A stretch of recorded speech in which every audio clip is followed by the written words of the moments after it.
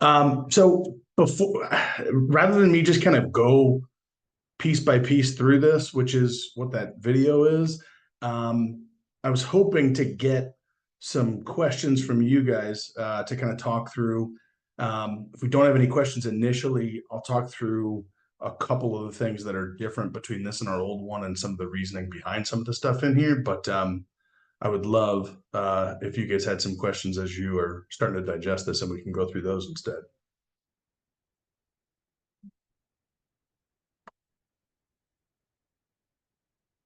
Do we have any questions at all? If you're asking a question right now, you're on me. Okay. There's nothing in the chat at the moment. Okay, I'll dive into just a couple of things, and if you have a question, don't feel bad about interrupting me, because that's really more the purpose of this, as opposed to me just presenting it. Because, like I said, we already have that on video for everybody to see. Um, so one of the things that's missing from this right at the beginning that I think is important to note is the fact that our current buyer representation agreement says very specifically at the end of that first paragraph about what kind of exclusive representation is.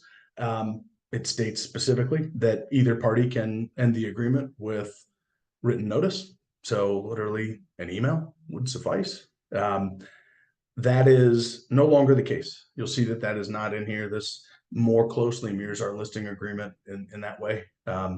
Obviously, we release listings at times when things aren't working or sellers are upset about something or the property's not going to sell or they change their mind, whatever. And that can still be done. I think the group of us that put our heads together on finalizing this decided that that was best to be left out. Really just because it gives agents no authority to have a chance to try and resolve something when a person's upset. A person can just say, I want to end this, and it's ended. So that is one important thing. I have been asked if there's going to be like a buyer representation agreement release, similar to the listing agreement release we have, and there will be one. That's not something I've even started working on yet. Honestly, hadn't even really thought about it, but it is necessary, and that will exist at some point in the near future here. In the short run, if that were something, if you're using this agreement and 2 weeks from now you have somebody who doesn't want it anymore and you want to release it, just come to me and we can address that. But hopefully by sometime in August we'll have that document finished. So next up down in that assistance to buyer section, obviously this lays out in such a way that it's kind of for the sake of presentation, right? So obviously when you're signing an exclusive buyer agency agreement, like the first thing you want to talk about is what are the things that I'm going to do for you and why are you hiring, right? So that's the reason that's right at the top of the list here. This is not an exhaustive list by any means. I would think if you guys are doing buyer consultation appointments where you're going through this and getting it signed, you're going to have some of your own personal marketing or team marketing or something that's going to also say like here's at a bare minimum what you're going to get, and here's some of the other things that I do for all of my buyer clients to help them succeed at trying to find what they're looking for. And that could be any number of things. It could be, door knocking or other types of networking or whatever. But this is a really basic list, and we're careful about making sure that this was a pretty basic list so that we're not signing people up for things that maybe in their practice they don't do. And this also kind of goes through the process in a chronological order, starting with things like showing and educating on the process and things like that, and then ending with things like helping them find professionals for inspections, arranging walkthroughs, and communicating closing dates and keys, right, being kind of the last thing. Then right below that is what we expect from them, right? So we tell them what we're going to do for them, then they're going to talk about what we're going to talk about what they're going to do for us. And really what they're doing for us is pretty simple. They're agreeing to do all of the pieces, parts of their home search through us, through you. And then at the end of this, the last like 2.5 lines is really there to be able to like create grounds to terminate an agreement with somebody if they're not doing what they're supposed to do as a buyer. Really is the only purpose of that. So you see where it starting on, really it's just the last two lines, starting on line 30. Obviously if a buyer wants to buy a house, they're going to cooperate. They're not going to get in the way of you helping them find a house and getting it under contract. So I know that last sentence might feel kind of silly, but that's the reason it's in there, is really just to protect us and give us a way to stop dealing with somebody easily if they're kind of sabotaging the process. This property condition section ought to look at least somewhat familiar to our purchase agreement. It's pretty similar language, just putting people on notice that they're buying real estate as is. One of the beauties of the fact that everybody is going to be using a buyer agency agreement is it gives us some opportunity to do some things with buyers that really should be done before they write an offer. But oftentimes the only time we have a chance to talk to them about the fact that they're buying real estate as is, because all real estate is sold as is. A lot of times the first time we can talk about that with them is when they're writing an offer. And now, for the first time, every one of our agents working with a buyer is going to have that chance to talk to them about this kind of stuff beforehand, which is certainly beneficial, right? A buyer, especially the last couple of years, is willing to sign just about anything to try to put a deal together and buy a house. So they're certainly not paying attention to some of this stuff. So I think it's much more advantageous for us to have conversations about some of these paragraphs with buyers when they're just getting started thinking about buying, as opposed to in the heat of the moment. So like I said, that is really just making sure they understand that they're buying it as is, that it's their job to conduct inspections. It's their job to gather up any information that they need to make sure that they're buying the right house for them. Whether that be, discovering condition problems or defects, or you'll see on that on the page down towards the end, which really more talking about usage, making sure that like it's going to work for them. Not even necessarily just from like a bedroom count standpoint, but let's also talk about like HOA fees and things like that. It's a good opportunity for us to put all this in front of them and make sure that they've got a moment to really think about what's important and understand that it's going to be their responsibility to make the right choice. We don't make the choice. We give them all the information so they can make the right choice for them. The professional service providers, if you recall, there's a section in our purchase agreement that really only talks about what the end of this paragraph says, where it just says that they understand that we don't, promote, endorse, warrant, or anything when it comes to, recommendations that we make for like a structural engineer or an attorney, or whatever they might need. And then the beginning of that paragraph is just delineating the fact that we are only one thing, and that's a licensed real estate brokerage full of licensed agents. When it comes to needing professionals for inspections or tax questions or appraisals or an engineer for a structural concern or something, all of those things are outside of our purview, and we will happily help them find people to help them with those things, but they need to go find somebody to get that help. We can't. That's not something that we can do. We need to delineate that initially here, and that's why it's in there. The seller disclosure section seems simple enough, but there's a really important piece to this that I think often gets glossed over with the understanding of what disclosures mean, right? So it says at the beginning that they understand that they're going to review sellers' disclosures, and it's their job to review them and make sure that they're comfortable with them and they understand them. But then it gets into the fact after that, starting halfway over on line 53, that they understand we can't guarantee that those disclosures are accurate.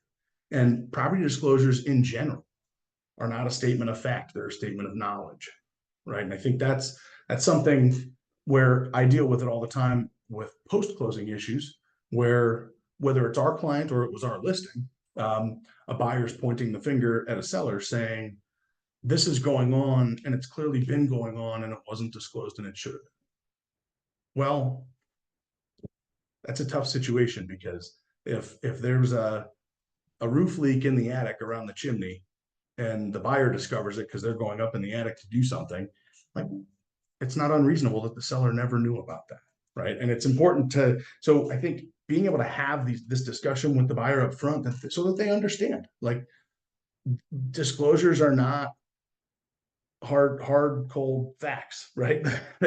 All they are is a statement of what the seller is aware of. And do people lie on disclosures? it happens. We have to take them as truthful because it's kind of our only choice.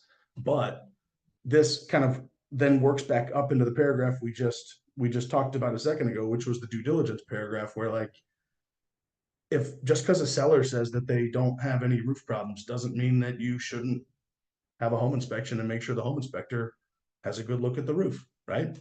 So it gives you a chance to be able to kind of delineate whose responsibility it is to make sure that these things are accurate, and kind of what that course of action looks like. Like, what are we going to do to make sure they're accurate? And then you see at the very bottom of that paragraph, it gets into the fact that we also can't confirm or deny that stuff that the listing agent says is entirely accurate. You know, I was a part of a transaction a little over a year ago where the end of the transaction, once it closed, resulted in a lawsuit that fortunately we weren't a part of, but where the buyer sued the seller over the size of the pool. And it was marketed, I don't remember the real numbers, but let's say it was marketed as a 30-foot pool. It was an above ground pool. So marketed as a 30-foot pool, and it turned out it was a 26-foot pool. And, you know, the buyer's claim was that that she was ripped off by the fact that the cost difference between those two pools is, I don't know the real numbers. Let's say it's 25% or something. So, but this again is making it clear that like it's up to them to make sure that they know these things are accurate. So, just in general, not so much when you're dealing with this document, but when you're out with buyers looking at houses or at the inspection, if there are things about that house that were really important to them as to why they bought it, make sure you investigate that stuff. Like, so for this buyer, was this pool was a huge deal. Would have been a really good idea at the home inspection to actually measure the pool, make sure she felt like she was getting what she wanted. That didn't happen, obviously. So, but seller's disclosures and listing agent disclosures, this is really just saying they're not necessarily. The home warranty section is the only purpose of it is just to say that we're potentially getting paid for them to buy a home warranty, and we just need to disclose that. Now, we did make one small change to this since the document you guys have seen, and it's not a material change, it's just a formatting change. But everybody that I had discussed this document with up to this point felt like the retainer was only part of choice B for types of compensation. So we kind of changed the indentation on that and put the retainer out, because the retainer piece could be for both A or B. It's not tied to one or the other. But you'll see one thing, that line 62 is just a settlement disclaimer. That's a set of words that is very specific that needs to be in there. Just stating that broker commissions are not set by law and are fully negotiable. So, and to be clear, fully negotiable doesn't mean that you need to be willing to negotiate the fee you want to charge. It just means the buyer has the right to negotiate it. And if a buyer wants something that you don't want to do, you don't have to do it. If you want to charge 3% and they want you to get paid 1.5%, they can work with somebody else. So it's not saying that you have to negotiate your fee. It's just saying that it's always allowed to be negotiated. And sometimes negotiations result in no deal, and that's okay. So here, our rules all still apply. You know, so our brokerage minimum has always been printed as 2%, and that will continue to be the case. So you see there in choice A is the choice that you are most familiar with, that just lays out the $249 additional commission that we charge our clients on either side of the transaction all the time, plus a percentage of the sale price, and then a minimum below that. I would encourage you to always fill out the minimum, even if you're dealing with somebody that you're meeting with somebody that says they're buying a house for $400,000. If you're gonna, let's say you're gonna charge a $4,000 minimum, what happens if they don't find anything they like at 400 and they decide like, hey, we found this estate sale for 180. We're just gonna buy that and put $150,000 into it, and it's gonna be a great house. Now at that point, that may fall below your minimum if you were charging them 2%. So it's important that you fill that in, even if you think it may be unnecessary. That's totally your call, but that's just my perspective on it. If you want to not fill it in, you can, but just I want you to think through that worst case scenario that I just mentioned. Down below that, letter B, you'll notice it does not reference the 249, and that's because you're not going to charge two separate fees there. You're just going to charge a fee, but know that If you charge a flat fee of 10 grand, when it comes to the brokerage is still going to take the 249 out and then disperse the commission accordingly on the $9,751. So just know that's the case, but so because it is missing, so I know it might look like, oh, that's what happens there. Does it not get charged? It does still get charged. And then down below that is the retainer section. Just to be clear on how retainers work based on our language, a retainer is just a way to make sure that if you work with somebody and they never buy, that you at least got paid something for the work that you did that didn't result in a sale and a commission. So a retainer fee could be anything you want, right? Anything that can be agreed to by all parties. It could be $100. It could be $10,000. That's entirely up to you and your client what can be agreed to. Do note that when you collect that retainer and it's written out to Keller Williams Greater Metropolitan, that check will come in and be deposited and be dispersed like commission upon receipt, right? It's not something that won't get dispersed to you as the agent until a sale or something like that. It'll get dispersed right away. And then the way that it gets credited back is just in a commission reduction, right? So if you were charging 3% commission, and just for easy math, let's say you're charging 3% commission and they buy $100,000 house and you charged a $500 retainer, it just means that at closing, the commission to you is going to be $2,500 as opposed to 3,000 because they've already paid the 500.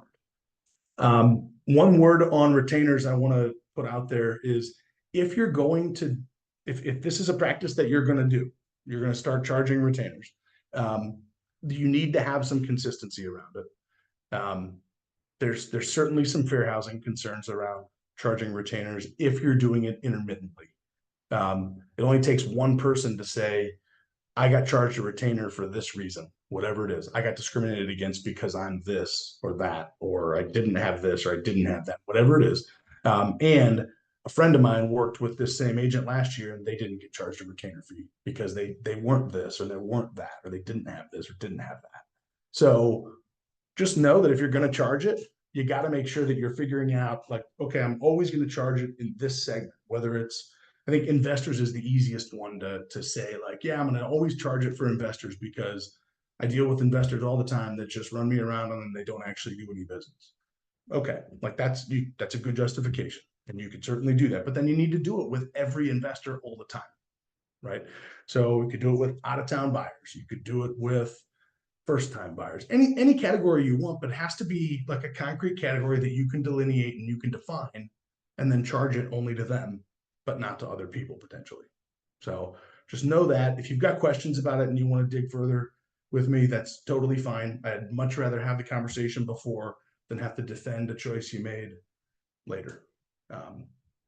So then the bottom of the compensation section is just the point being made clear that we're going to try and get the compensation that's owed through means like listing agents and sellers.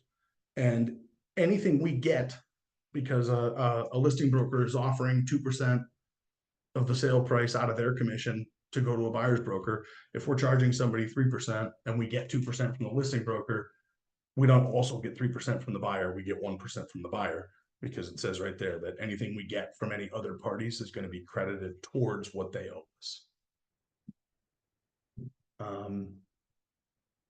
This 80 and 81, which needed to be housed somewhere, and we housed it with the compensation section, just making it clear that if they don't buy a house because a seller breaches a contract and the deal doesn't close, like they don't owe us any commission. We're not gonna play that game and sue people for things like that. That seems silly. That protection period, pretty similar idea to what we have in our listing agreement. The one difference here is it doesn't reference anything about if they go get listed, so to speak, by another agent, that the protection period expires like it does on our listings. So here, this is just to protect our industry, basically, just states that for 180 days, you're going to be protected on for that buyer buying any properties that you introduced to them, you showed them, you wrote an offer on whatever. If it didn't work out, because unfortunately, this happens. Deals don't happen because of a $5,000 difference. And what do you know? The buyer agent commission is $8,000, and so then the protection period or the contract expires, or they want released out of it. Then they want to go back and buy that house because now they can make that deal work because the $8,000 is off the table. So that's the purpose of that protection period. So one thing to note is the protection period is 180 days, no matter how long the agreement was for. One of the things I've been asked a bunch lately is about like individual property agreements and things, and we may go down that path. I'm not against those, but for now, you can use this document and just make the date.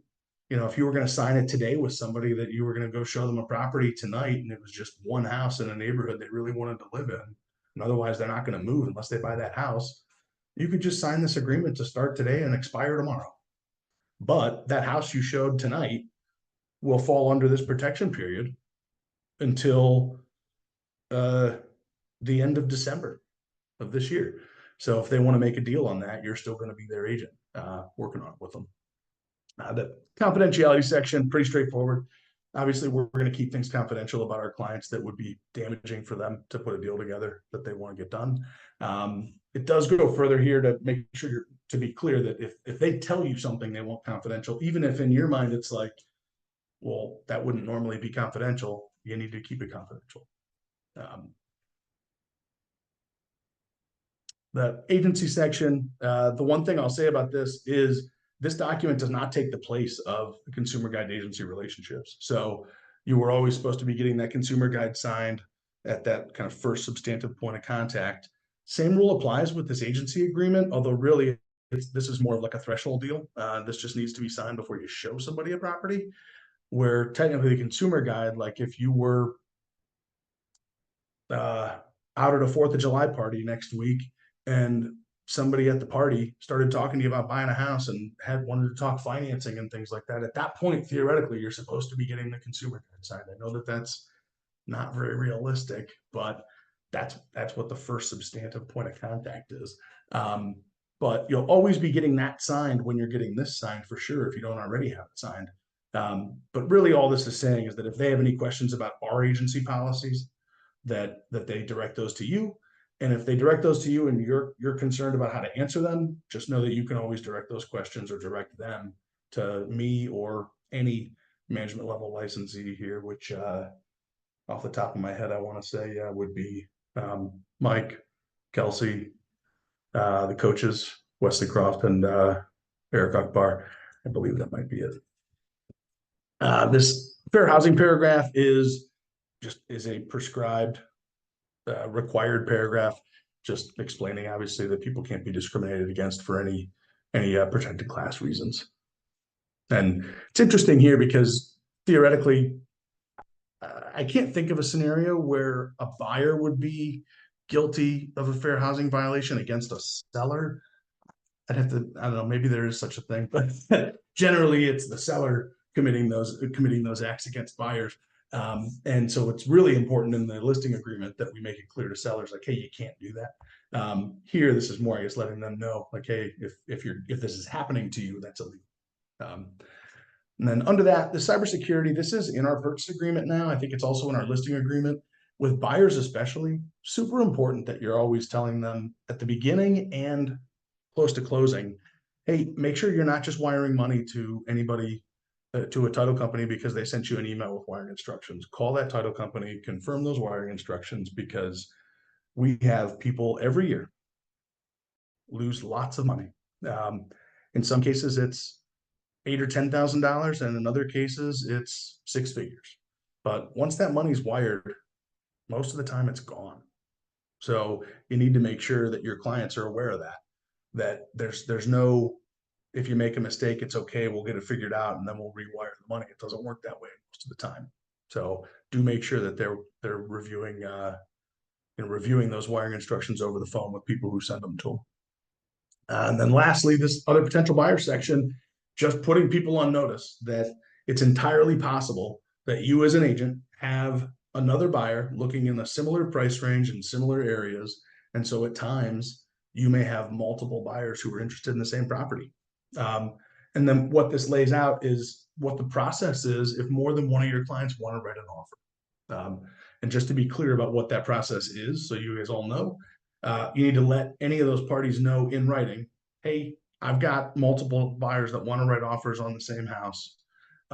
If you're comfortable with that, I can certainly write offers for both of you. Neither of you are going to hear anything about the other person's offer. Neither of you are going to have an advantage over the other person. If you're uncomfortable with that, I can certainly refer you to another agent in our brokerage to handle just the writing of the offer on that property.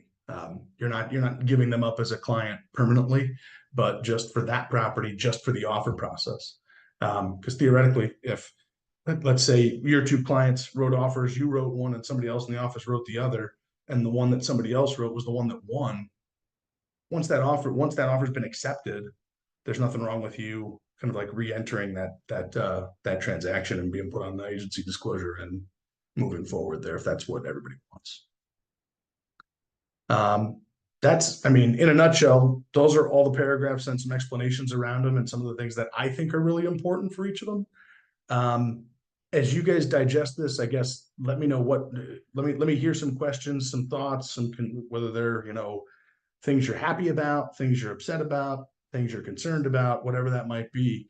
I was hoping that this would be a fairly open forum and we could kind of all learn from other people's questions, because I'm sure if one of you has a question, 3 or 4 others of you do and aren't raising your hand. Hey, Andrew, I have a couple of quick questions. Who am I talking to? Oh, there. Is it Jeff? No, it's Alex Rib. Oh, okay. Excellent, Alex. Tell me Yeah. what's going on. Yeah. So my first question for the retainer fees, if those are going to be, collected, does it need to be paid via check or is there another method? Check is probably the simplest. Uh-huh. We can receive wires, but for the size for the amount, I feel like it would be kind of a lot of screwing around in order to wire it. Just know that if it's a personal check, obviously we're going to sit on it for like 10 days Mm-hmm. before we're able to turn around and pay it out. If it's a certified check, it'll go a little faster. If it's wired, then it would be, like the next day. Okay. But if you're gonna do retainers, do make sure that you have a conversation with Julia and Kate about what you're gonna do, and make sure you've kind of worked out with them like what the best process is, especially if it's gonna get wired, because theoretically, if it gets wired, they're not gonna have any, just like from an administrative standpoint, they're not gonna have any knowledge about it. Right. Versus if it's a personal check, like you as the agent are gonna hand it to them, and it's gonna be obvious what's going on. Yeah.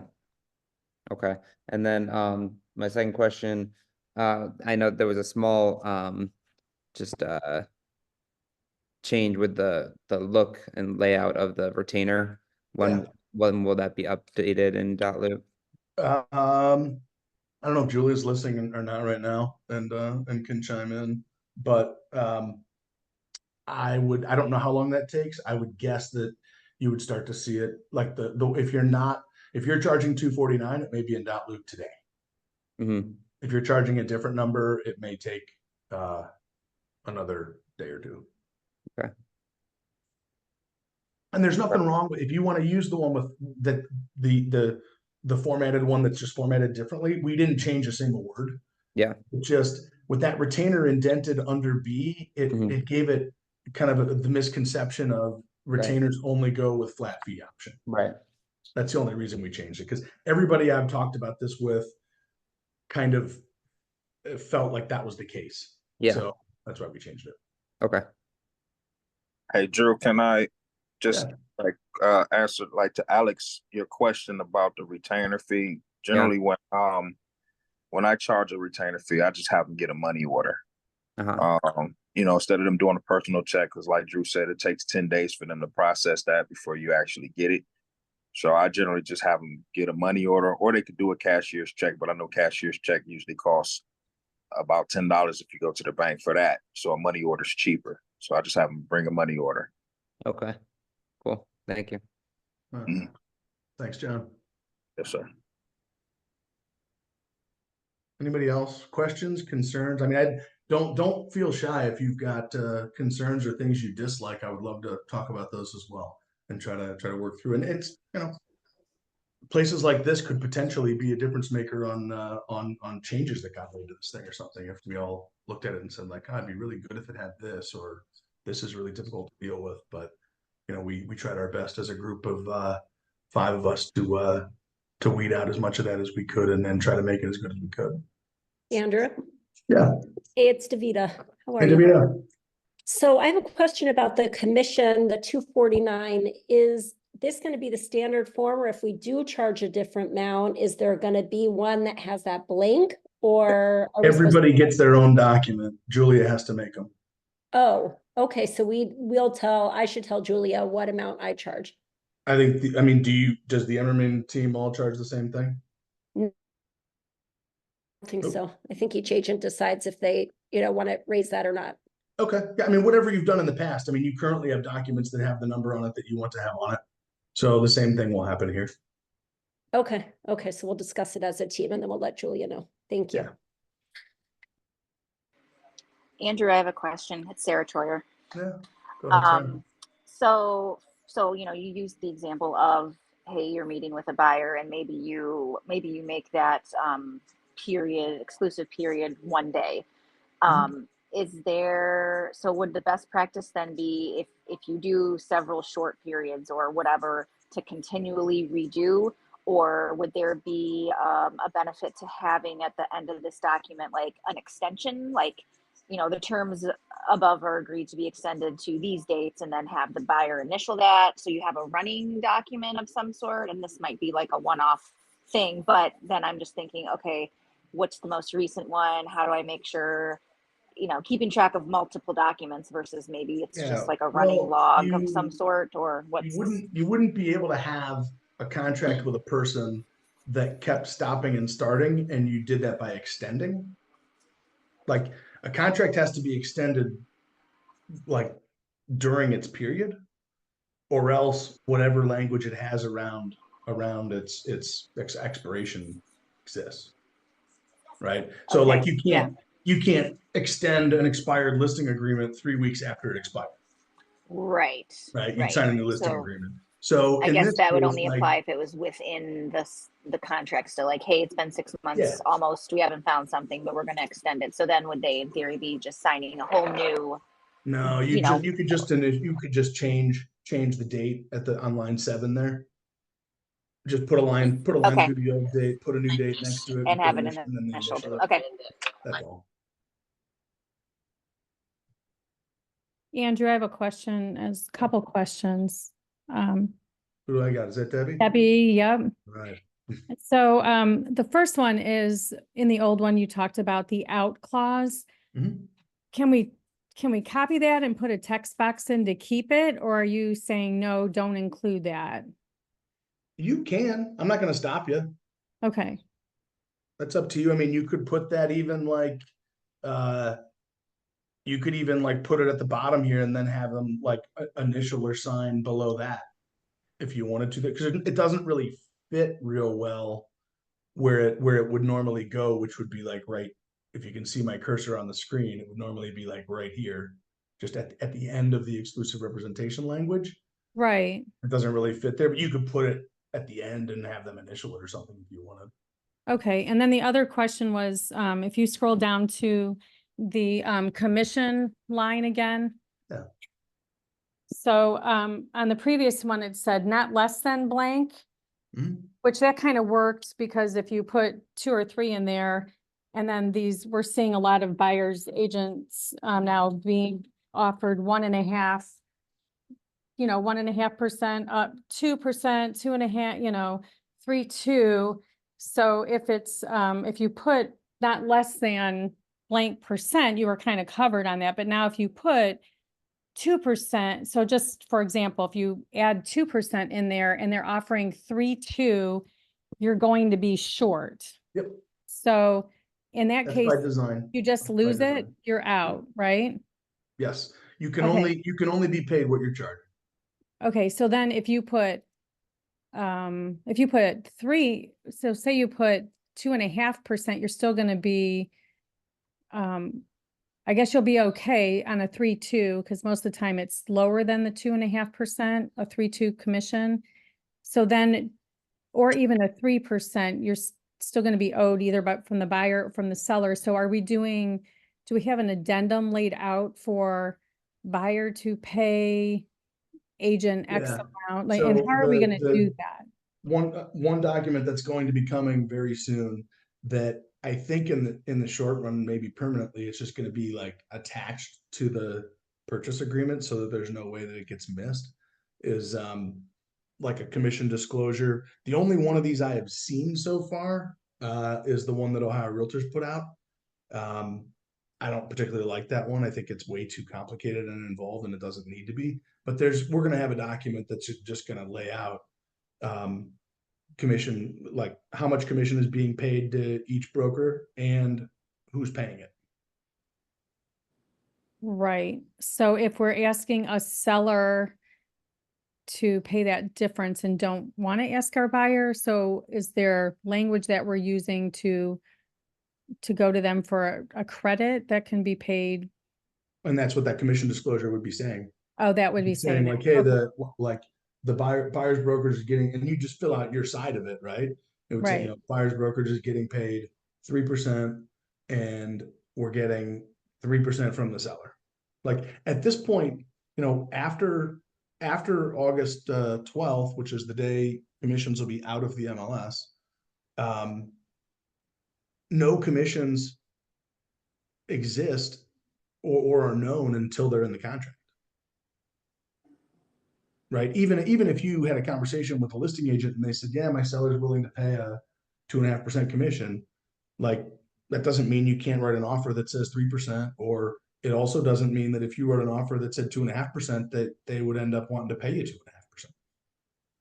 Because there's no, you know, the seller doesn't have an agreement with us ahead of time, even though they said they would do it.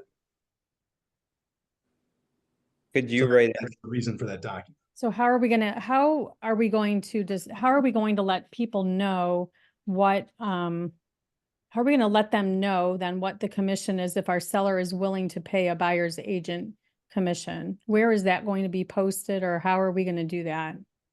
I mean, it's not going to be posted anywhere organizationally for like within, you know, through the MLS or anything. I mean, that's going to be a matter of in the short run. Agents are going to need to call listing agents and find out what the situation is, because there's not going to be a standard of any kind. Can a seller and a listing agent still, like Debbie said a minute ago, like could you write into the listing agreement as a listing agent what the buyer's agent's commission is going to be? Okay. Yeah, and so in that scenario, the listing broker would be the one paying the commission.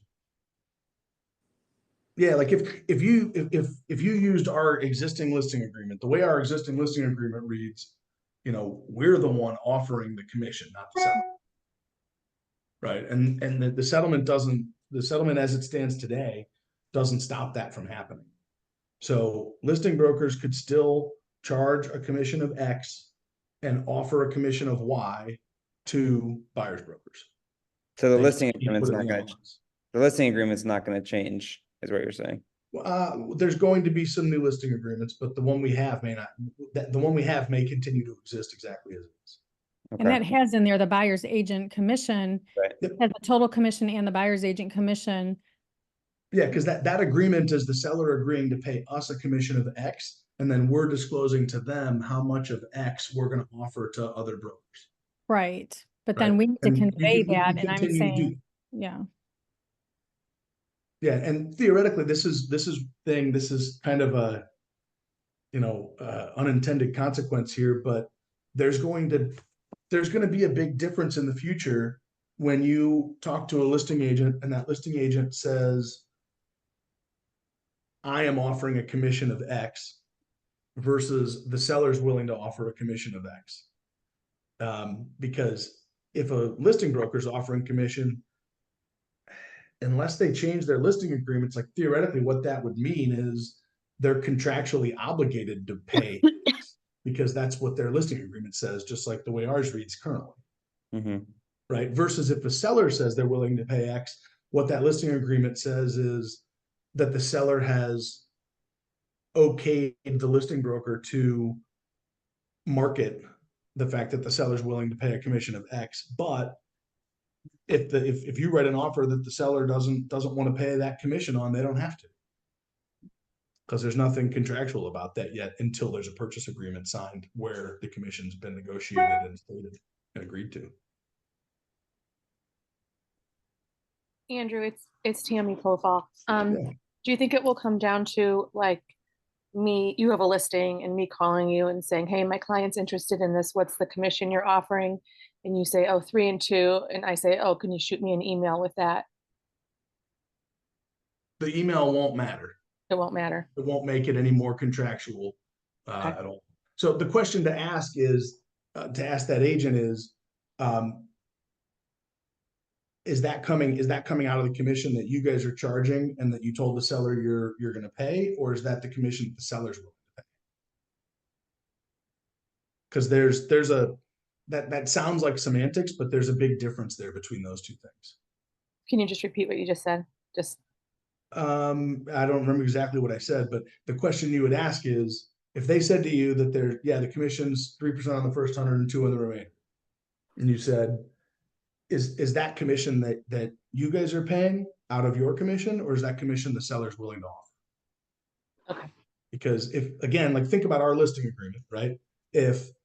If we sign a listing agreement with a seller that says we're charging X and we're paying Y to listing brokers, we don't have any other choice. We can't then say, well, I like this buyer's agent better than that buyer's agent, so I'm going to tell them that we're paying 3 and 2, and I'm going to tell this person we're paying 1.5. You wouldn't be able to do that because you've got a listing agreement that says this is how much I'm going to offer of the commission you're paying me. Right. So if you find out from a listing agent that the commission that they're offering is coming out of the listing agent's commission, you know that that's a contractual number.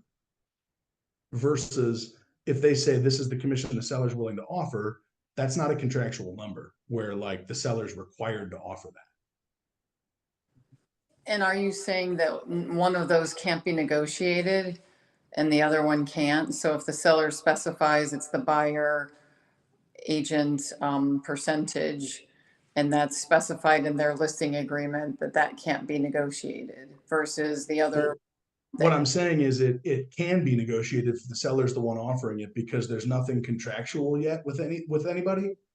Whereas if, like I said before, if the listing broker has a contract with the seller saying the amount that they're going to offer to buyers brokers, then like that's the amount they have to offer, period. Right? They can't have a contract with the seller that says one thing and then go out and do another thing because they like this guy better than that person, or that doesn't fly. But if the seller says I'm willing to offer a commission of 2.5%, until that's in writing with a purchase agreement, that 2.5% is just them expressing the fact that they're willing to pay a buyer's agent if they like the whole deal. And I don't truthfully, I don't know yet what a listing agreement could say that would force a seller to pay an amount that they said they were willing to pay. I don't think anybody's going to have that kind of a listing agreement, truthfully. Well, that's just it. We have to assume that all these other listing agreements, have an option for it to be laid out. It may not. And I just don't know. Just seems like a lot of times cooperating broker agents don't necessarily know when we ask them. So they'll say one thing, and then if we ask for clarification, I'm not even sure they understand what we're asking them. And I think you're right, Lisa. I think we're gonna have like 6 months of messiness here, trying to like figure out the most efficient ways to handle some of this stuff. But the distinguishing difference that I'm trying to get at is, if a listing agent tells you that the seller's offering a commission of X, that number is completely negotiable until there's a contract. Whereas if a listing broker tells you, I am offering a commission of X out of the commission I charged, like that, I can't think of a scenario where that wouldn't have to be a contractual obligation with their client, the seller. I guess like in an example where we've encountered in the past, let's just say we would like a 3% commission, and the listing agent negotiated with the seller 5 total percent, and they're, gonna take, 2.5, and they're offering 2.5. In that case, it seems like we should be able to even negotiate with, it feels like the inverse, where if the seller like commits to that, that's what everybody has to do.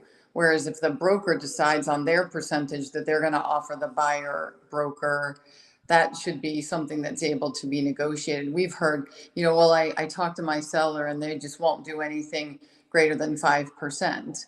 And so we would love to, we don't say this, but we would love to say, we would have preferred that you work to show and display the value of your representation and the value of the buyer agent representation to be able to get a stronger commission associated with that. But because you haven't, then, they may need to make the decision to, keep less on their side, because they haven't been able to negotiate a stronger commission of what, might be something that a buyer broker is looking for, if that makes sense. So it's, that may be something that is negotiable. I'd love to know a little bit more about that, just so we do it, legally. Well, so I guess if I'm thinking of it more in the other direction, but the direction that you're thinking of it in, I mean, if a listing broker has control over that commission, like there'd never be a scenario where they would be damaging their client by giving up more of their commission to the other side.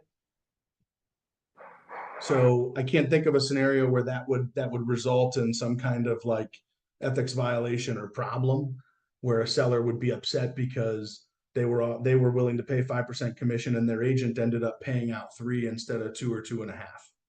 Right. Which is what was on the listing agreement, but it could never go in the other direction, where So to they piggyback all on that, instead, even though the listing agreement said 2 or 2.5.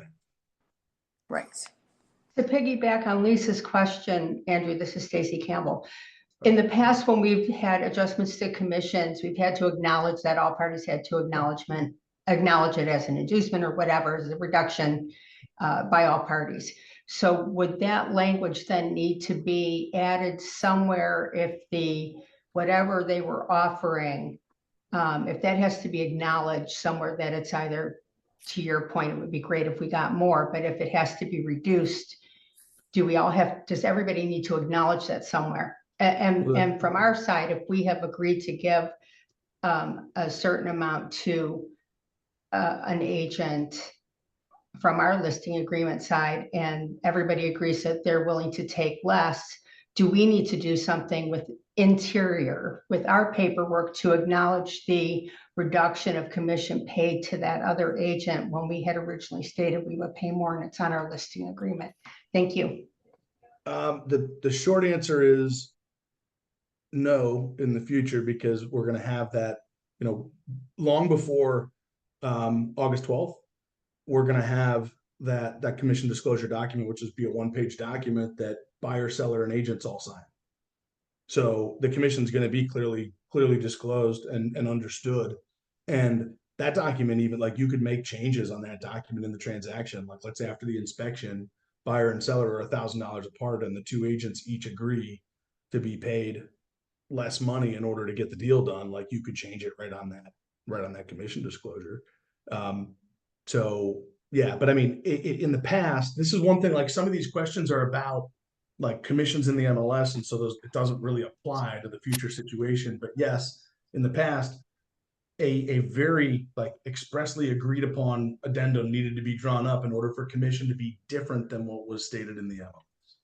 And all parties, buyers, sellers, and agents needed to sign that. That won't matter anymore. Like now, instead of that only having to exist when the commission was different than the MLS, it'll exist every time on that commission disclosure document. That if you could picture like the way a lot of mutual releases look, where it says like buyer, seller, listing agent, buyer's agent, and then you fill out who each person is, and then it would say like where the earnest money was going. Think of it kind of like that, except it's just going to be listing broker, buyer's broker, and then there's going to be a choice of listing broker, seller, buyer as to who's paying what commission, right? So it'll break down pretty clearly how people are getting paid what. And in some cases, the buyer's broker may be getting paid by all three of those people, because they may be getting a half a point from the listing broker and 1% from the buyer and 1% from the seller. That could happen. Thank you. Yeah.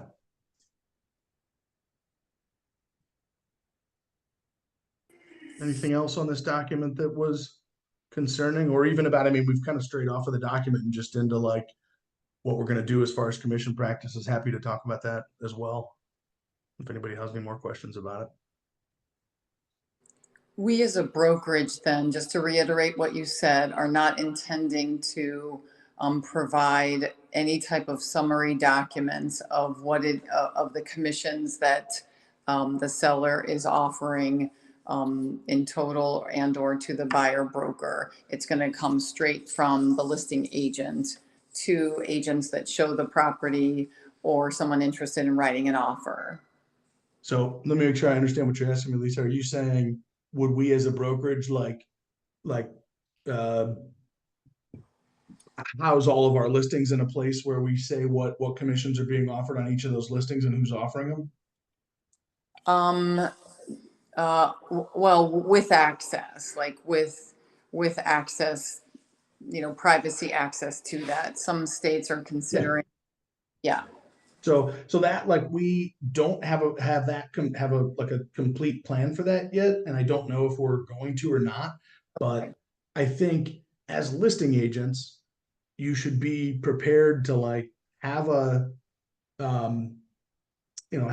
create like a little a simple document that you could say, like you could send to everybody when you get a showing request or something, right? Because it has to be something that's not tied in any way to the MLS or to any other things tied to the MLS, such as showing time.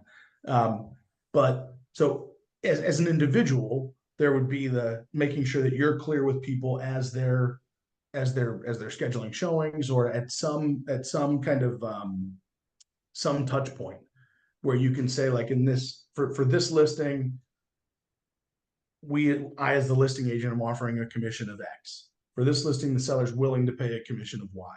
For this listing, there is no commission available to a buyer's broker.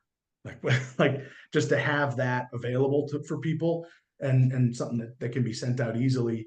I don't fully understand the capacity of our website, and I don't know if it's worth digging into that, because I just like, I don't know how helpful that is. I almost wonder if there's things that don't exist today that are going to exist in the near future, like just like, private Facebook pages and things. I'm not quite sure where this is going to go as far as where that stuff's going to get disseminated most efficiently. Mm-hmm. The first thing that was talked about initially was basically every broker just on their independent website displaying their commissions. The trouble with that is all of our websites show our listings along with other listings. So that would be a very difficult process for a buyer's agent to go on a website and parse through the listings and get to the ones that they want easily, because it's just not that simple. So I'm not sure that that's the right answer, but truthfully, I don't know that anybody knows what the best answer is going to be. I think it'll flesh itself out. Can you add that as an addendum as part of No. the supplements, or no? No. And then because our listing agreement, Andrew, does separate out the total commission and what the seller understands will be offered to the buyer broker, because it's a space to fill in. Mhm. I'm assuming that always gets filled in. If it doesn't, like I'm assuming that if they're offering a buyer broker commission, that it gets filled in. So we would never have an opportunity when we are speaking to someone that asks us what the commission is. we would never have an opportunity to say, you know, we are willing to offer, right? Because it wouldn't be signed by the seller that they've agreed that we are offering that. Well, no, so if you use our current listing agreement after the compensation is shut off in the MLS, Mhm. you would be telling people that me as the listing agent is offering a commission of X out of our commission. And that's contractual with the seller. Like we have to do that if we use our current listing agreement. Like I said, there's going to be some new iterations of listing agreements.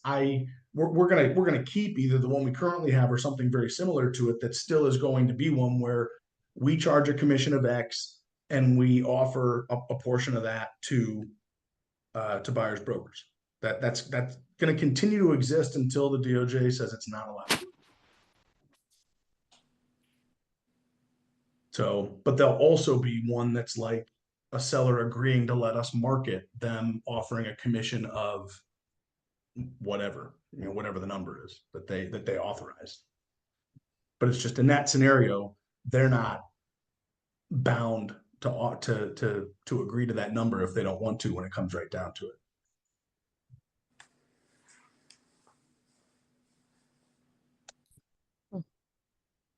So I don't know if did I fully answer the question you had originally, Lisa? Yeah, I thought that we had a, you know, where it says brokerage shall extend an offer of compensation of blank percentage to buyer agents affiliated with brokerage and buyer brokers who are multiple listing service. So I know that we're modifying that to take that.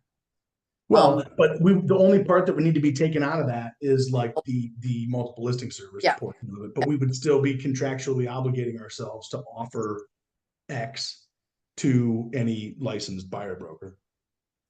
Okay. Because yeah, I thought it was written where you know, where the commission is, the total commission, then it breaks it out right away to say that it's, but that was probably a years ago iteration, where it breaks it out to say what the buyer broker commission would be. But the way this then sentence reads, it says brokerage shall extend an offer of compensation. So it is really, that's really the seller, unless they, you know, dream it up to specify it, they are not specifying it, we are. Yeah, well, but here's like by NAR ethics rules, which is it when you know, when I first started as broker, our listing agreement did not disclose how much we were offering to buyers brokers. And when I changed that, some people got pretty upset about that. But I'm surprised that we had it that way for as long as we did, because that is not in keeping with NAR ethics standards.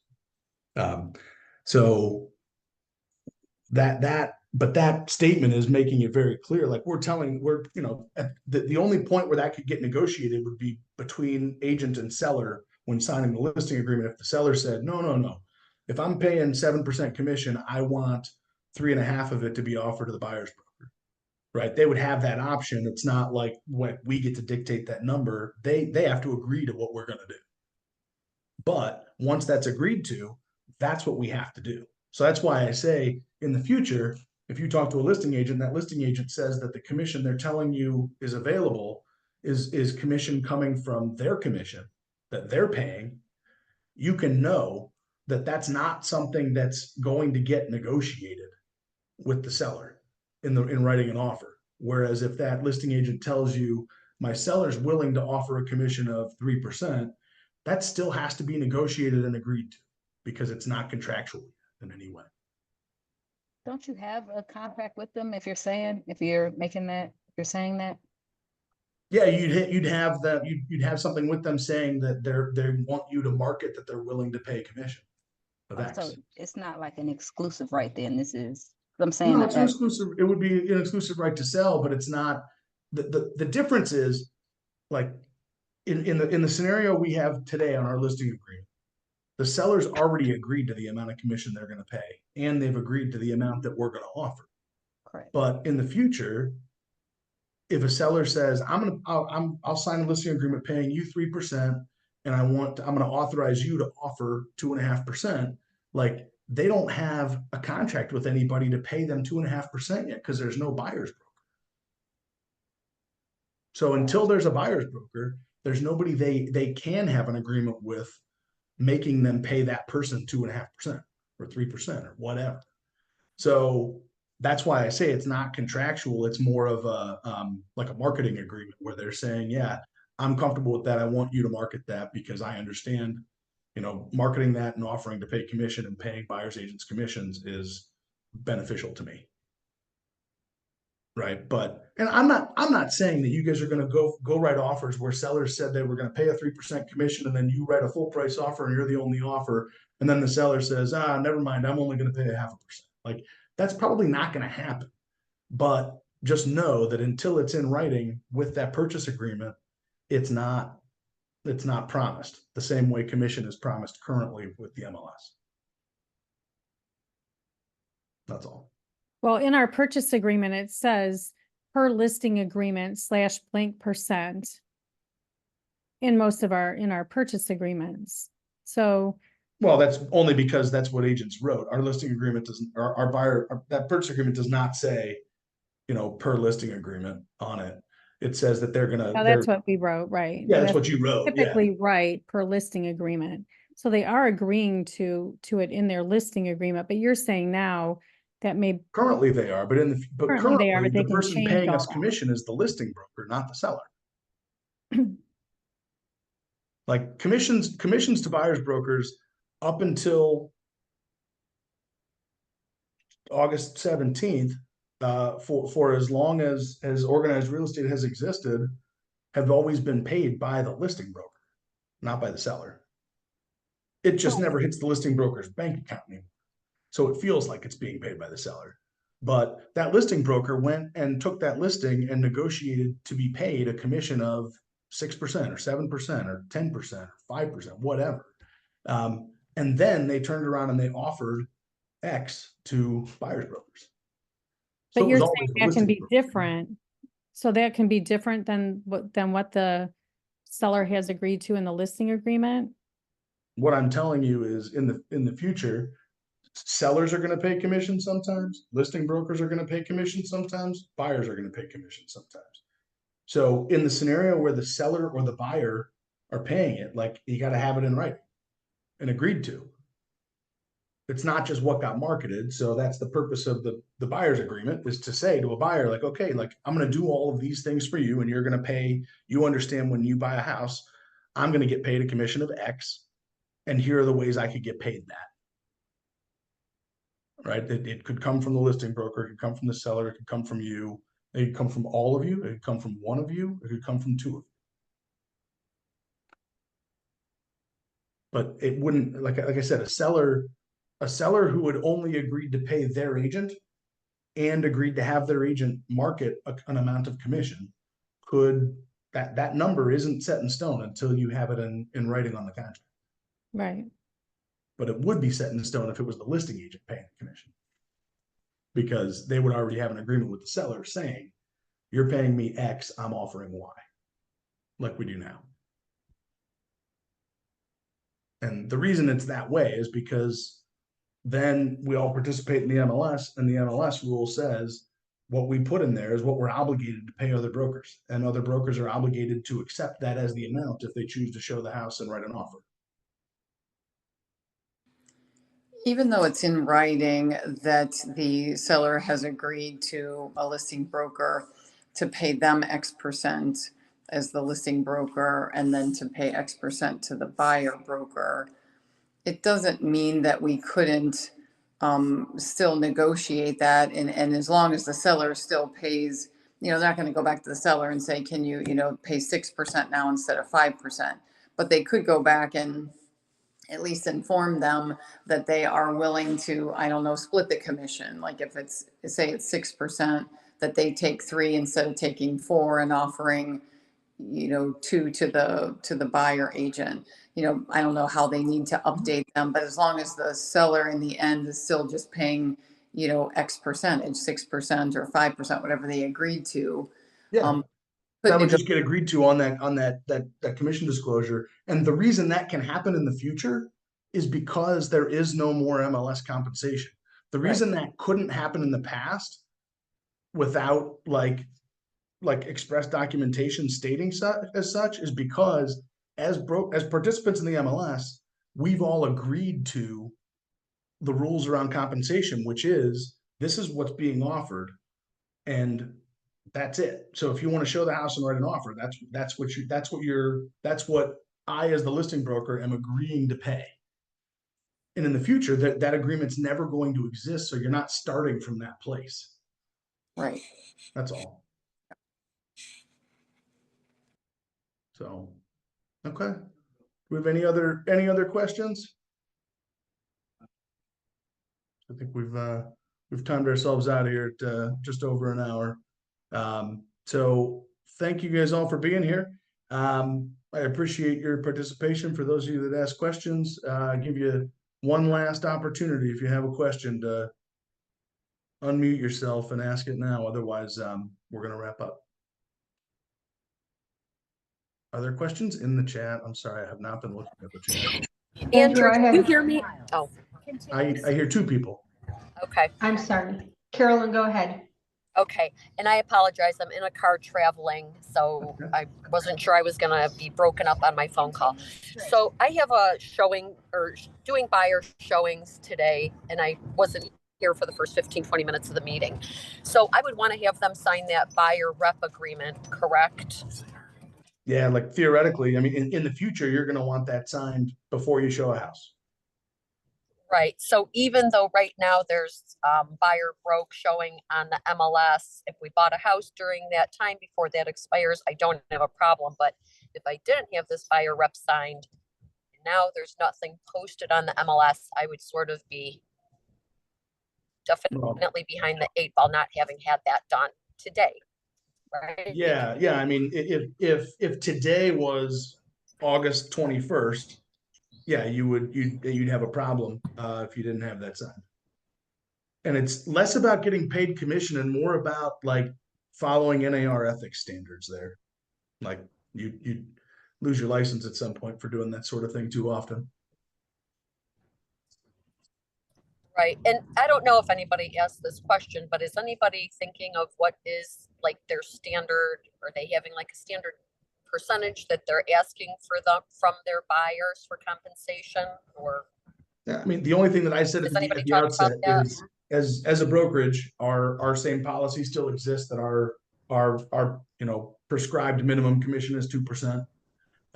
It's entirely up to you what you want to do as an agent. I think it wouldn't be a bad idea to even have like a commission schedule. It's just like a document that you can, print and have available with every buyer's appointment that just basically says like, my commission is X up to this price, and then it's Y after that, and then it's Z after that. And, it could go to, $1 million, and then everything over $1 million is yeah. I mean, you could do anything you like. Purchase prices. Yeah. Yeah, I mean, and it would be good to have something that was like a document with a standard on it for you, only because that also alleviates any opportunities for like fair housing concerns of like, you sat down with this person and told them it was 3%, and then a week later you talked to somebody that was in a similar price range and you told them it was 2.5%. Like, I think it's garbage that's a fair housing issue because, one person could seem like they're going to be very, very difficult to work with, and therefore you want to charge more. But that's not exactly a good idea, just from a fair housing standpoint. And How would you manage this with like out of state, out of country, like investors? So they'll hit you up quickly. They want to get in, see something. Like, how do you keep them on the line without them, I guess, just going to the next Well, buyer? every single agent's going to have to get this signed. Okay. So if they're dealing with agents that aren't getting that signed, I would say to them, like, do you understand that you're dealing with agents that are, breaking ethics rules? Well, I guess how do you get them to as the buyer, I know we want to explain our value and all that good stuff, but if you have an out of country, out of state investor who's just looking to pick up, like, how do you have that conversation without them moving on to the next? Send it to them in dot loop and get on the phone with them. And you can have them sign it in 6 Okay. minutes. Okay. No, this isn't this is not a long document. This is a very easy document to walk through with somebody pretty fast. Okay. Because especially once you get to this last page, I mean, there's a lot of boilerplate on here that you could have a little spiel for each of these paragraphs on the last page that probably each section you could get through in 10 or 15 seconds.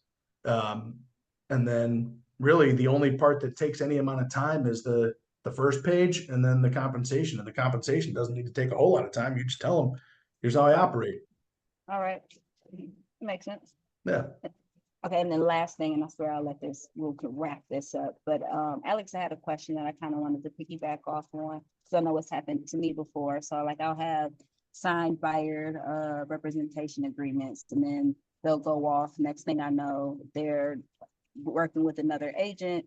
They'll put it in writing, like an email, like, hey, I want to start working with this agent. But how do you, I guess, what kind of skin in the game does this buyer have to stop, to not just sign a bunch of buyer rep agreements and just, do one with each buyer or buyer's representation? I mean, not a ton, because when you think about it, the value of this document from like a legal standpoint is the value of the commission, right?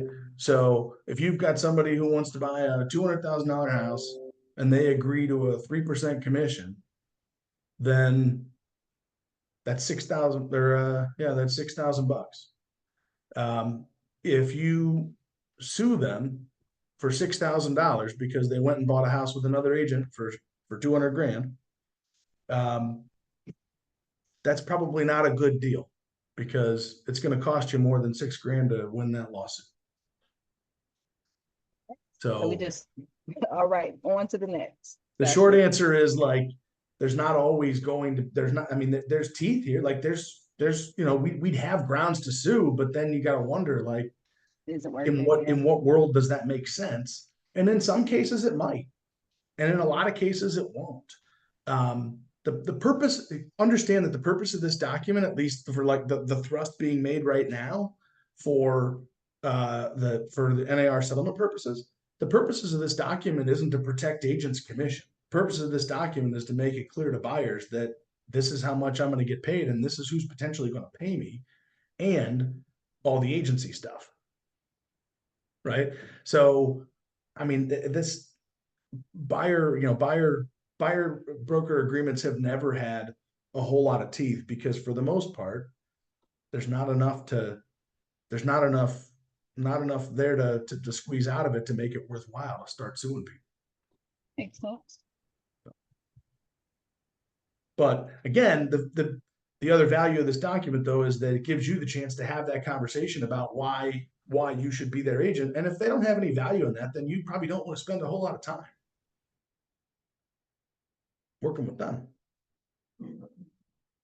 So, okay. Well, I think unless anybody else has any last questions, we are out of time. Everybody good? All right. Sounds like it. So thank you guys all for being here.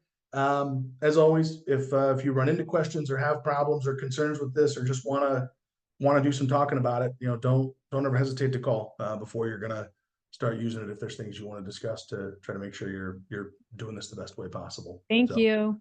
Thanks, y'all. I'll see you. Bye.